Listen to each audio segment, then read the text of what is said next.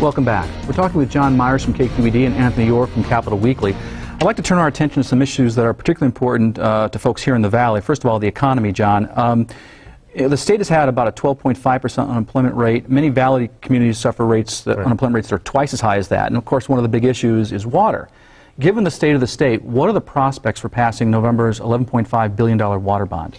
Wow, you know, it's a great question, and I think it's one of the great unknowns for those of us who watch politics. I think that, you know, if you look at the early polling, the voters are quite concerned about borrowing that much money, about borrowing $11 billion, especially when the state already has a huge debt service that it pays back. We're getting to the point where roughly 10% of the general fund of the state's main budgeting pool of money goes to debt service. And so I think you're going to hear that a lot about, is this the right time to borrow? 12%? 10% is where we're 10%. Getting to almost. So I think there's going to be a big concern about, you know, can we afford the $11 billion, even though, as you said, here in the Valley and other parts of California, Southern California, those water improvements are dramatically needed. I think one of the real questions will be, is what does Governor Schwarzenegger do about this? I think this probably is going to be the centerpiece of his political efforts here in his final year. Can he make that case to the voters? His job approval ratings aren't so hot, as we found out. You know, can he make that case? Can you make a case for long-term investment versus the, you know, cost when the state already doesn't have money? Do you have any idea where that 10% lines up historically for California? That's high. That's high. I mean, we have been steadily growing for various numbers of reasons. How does that compare to other states?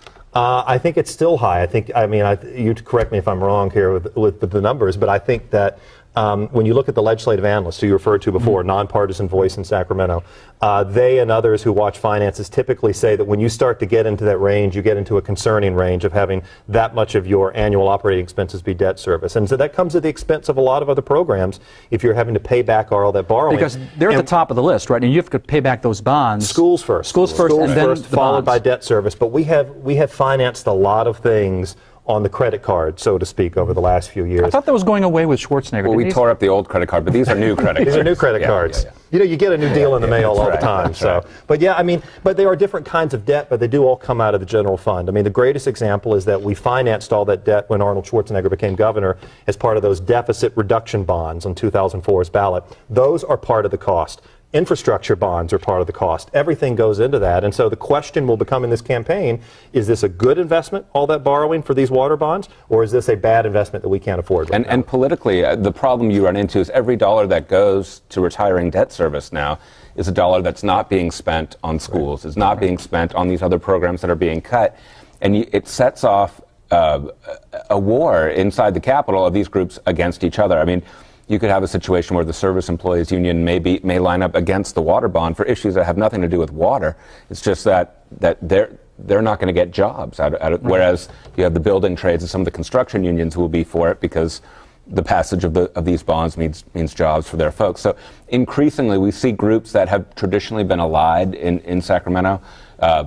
This budget crisis, this ongoing budget crisis, has really strained some of those relationships, and it factors into issues, into everything, including the water bond. Well, let me talk about another issue, an environmental issue that intersects with employment, and that is air quality. Of course, the Valley has some of the worst air quality in the nation, and the California Air Resources Board reported that 2,900 Valley residents die prematurely each year because of air quality problems. Recently, there was an attempt to repeal AB 32, which is the global warming law that requires California to limit its emissions of greenhouse gases. One of the arguments is it's going to have a negative impact on jobs. What is the chance of that repeal passing? Well, it looks like it's headed towards being on the ballot in November. A couple of oil companies and business groups have gotten together and put up the money to at least gather signatures for this measure. Its chances of passage, I mean, I think Californians still care a lot about the environment. I think, you know, in a generic poll, I think the chances of repealing AB 32, it's going to be tough to repeal. Now, the economy, of course, could affect and Mark, you know, that is Arnold Schwarzenegger's lasting legacy moment, you know, AB 32, the global warming law. Talk about where he'll put his chips in the campaign, water bond, defending AB 32. It may split his time out a lot. He is the most recognizable politician in the state. And I think AB 32, at least fighting against that repeal, is a fight the Schwarzenegger folks feel that they can win.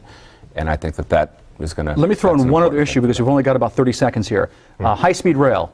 Is it going to 30 seconds, no problem. Is it going to happen? I think the odds are great if you can make the long-term case, again, the short-term case, the cost to the state and all of that borrowing.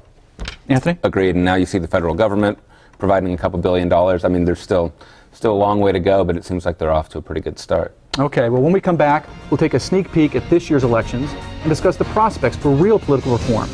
In this conversation, we'll return. This is the Maddy Report.